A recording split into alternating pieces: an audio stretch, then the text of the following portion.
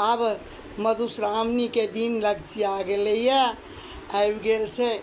और वही दुआरे हम एकटा अथी के मैना पंचमी के पहिल दिनक कथा के कहै छी, कनी अहाँ सब सुनै जाओ। यदि नीक लागत तऽ सुनै जाओ, लाइक कऽ देब, सुनू। एक दिन एकटा बूढ़ी रहथिन। ओ बूढ़ी माता स्नान करक हेतु धार गेलखिन। धार कहल जाइ छै नदी के।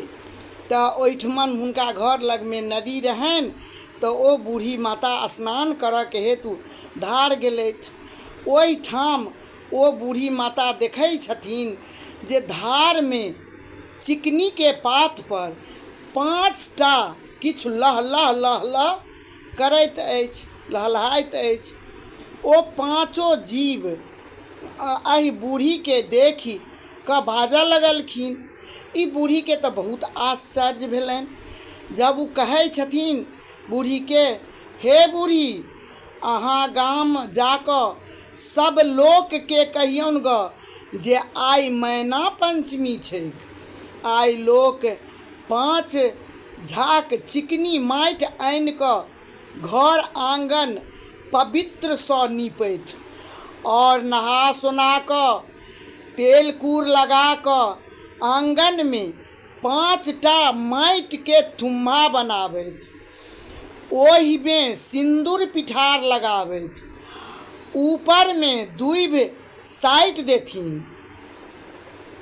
नव बासन में खीर घोरजाउर रान्हैत और विषहारा के पूजा कर लावा दूध चढ़ाबैत और खीर घोरजाउर के उसरगि कऽ झौआ नेबो आमक पखुआ अमतौआ आरिम दारिम पात नेंगरा कूस और धामिक पात आदि चढ़ाबैत। ई सब केला के बाद आई सब कोई तीत कोत खाइत, खीर घोरजाउर खाइत, घर के दुआरि दुनू भाग गोबर सँ फेंच काढ़ि कऽ नागक चित्र बनाबैत, ओकर मुँह में दही या दूबि लगा देथिन। जे कियो यही तरहे पाबनि करती तिनका सब प्रकार सँ कल्याण हेतनि आ जे एना नहि करथिन तिनका हानि हेतनि। ई बूढ़ी सोचैत छथिन जे हम की करू। फेर ई बूढ़ी जखन आंगन एलथि तऽ गाम में सबके ई बात कहि देलखिन। गामक बहुत लोक ई पाबनि केलक डर सँ, और किछु लोग जे निडर रहे उ बेकार के बात बुझि कऽ पाबनि नहीं केलक। जे सब पाबनि केलक ओ सब ठीक रहल, और जे सब पाबनि नहीं केलक से सब रातिये में सब मरि गेल, सब सुतले रहि गेल। जखन भिनसर भेल सब लोक उठल और लोक सब देखलक कि जे सब नहीं पाबनि केलक से सब कोई उठिए नहीं रहल है। जखन गांव में ई हल्ला भ गेलै, ओकरा गेलै सब उठबै लए सबके, लेकिन उ सब तऽ मरि गेल रहे। तो उ सब केना कऽ उठत, कोई नहीं उठे। भरि गाम हाहाकार मचि गेल। जखन हारि कऽ सब फेर ओहि बूढ़ी के ओहिठाम आयल और कहलखिन, आब कोन उपाय सँ ई मरल लोक सब जीवित होएत। ए बूढ़ी, अहीं किछु एकर उपाय खोजू, अहीं एकर उपाय करू। बूढ़ी के किछु नहीं फुरेलनि तऽ फेर दौड़ कऽ धारक कात गेली। ओतऽ 5 बहिन 5 जीव ओहिना लहला कऽ लहलाइत रहथिन। ओ 5 बहिन विषहारा छलखिन।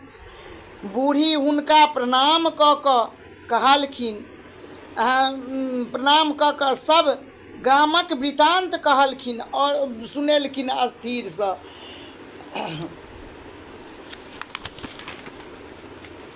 तखन सुनेलखिन सब बात तऽ पुछलखिन जे आब हुनका सबके की जियाबऽके कोन उपाय कयल जाय, आब अहीं पाँचो कहू। तखन विषहारा कहलखिन पहिने तऽ हमरा अनुसारे ओ सब पाबनि नहि केलक, ओहिसँ ओ सब मरि गेल।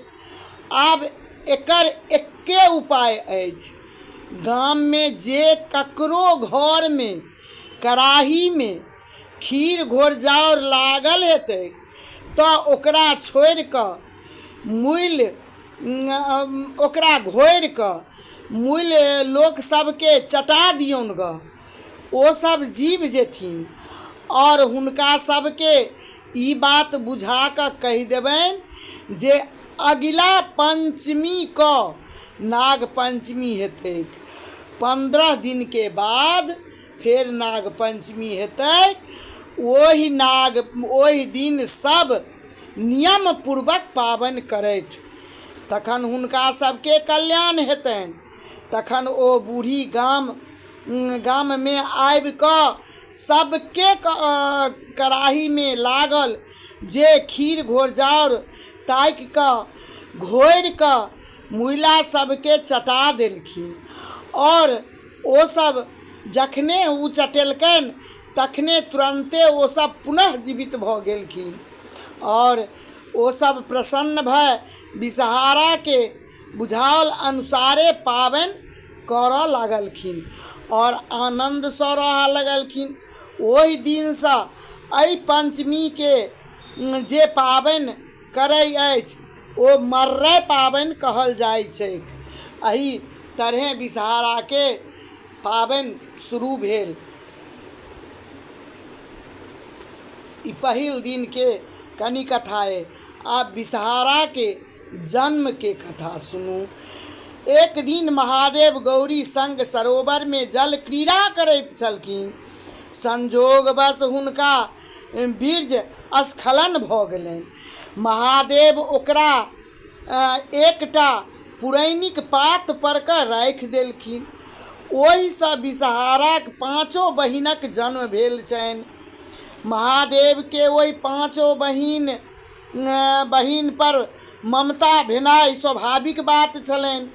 ओ नित्य उठि कऽ सरोवर में स्नान करऽ जाइत छथिन और बड़ी बड़ी काल तक ओहि साँपक पौआ संग खेलाइत छलखिन। गौरी के ई संदेह भेलनि होबऽ लगलनि जे महादेव एतेक काल तक पोखरि में की करै छथि। एक दिन ओ पाछू पाछू गेलखिन तऽ देखलखिन जे महादेव पौआ सबके संग में खेलाइ छथि। ई देखि कऽ गौरी तमसा गेलखिन। ओ पौआ सबके पैरसँ पीच पीच कऽ फेंकऽ लगलखिन। तखन महादेव देख लेलखिन। महादेव मना केलखिन, ई सब मारबाक पात्र नहि छथि, ई सब अहाँके बेटी छथि। ई सब अनेको कष्ट दूर करती। अहाँ कहियो अहूँ के उपकार करती। मृत भुवन में सावन मास में हिनका सबके पूजा होयत। जे ई 5 बहिनक पूजा करत तेकरा साँपक डर नहीं हेतनि। ओ धन्य से परिपूर्ण होयत और ओकरा सब तरहे कल्याण हेतनि। हम आइ 5 बहिन के नाम रखने छी। एहि 5 बहिन महादेव गौरी से कहै छथिन, हम एहि 5 बहिन के नाम रखने छी से अहाँ सुनू। जया, बिषहरि, सामलबारि, देव या दौतल, ई 5 बहिन के 5 नाम हम रखने छी। ई अहाँ के बेटी छथि। हिनका जतेक आदर करबनि ततेक ई अहाँ माँ भेलियनि। ई 5 अहाँके बेटी भेलथि तै दुआरे आइसँ सब हिनका पृथ्वी पर जानत, मर्त भुवन में जानत जे ई गौरी महादेव के पाँचों बेटी छथि। ई फकरा में सेहो पढ़ल जाइ छै जे गौरी दाई के पाँचों बेटिया से यह पाँचों बेटिया छथिन। तऽ आइ के कथा पहिल दिन के एतबे अछि। आब दोसर दिन के कथा जे हैत से हम अहाँ सबके सुनाएब। यदि नीक लागत तऽ लाइक सब्सक्राइब केनाइ नहि बिसरब और हमर कथा जरूर सुनब।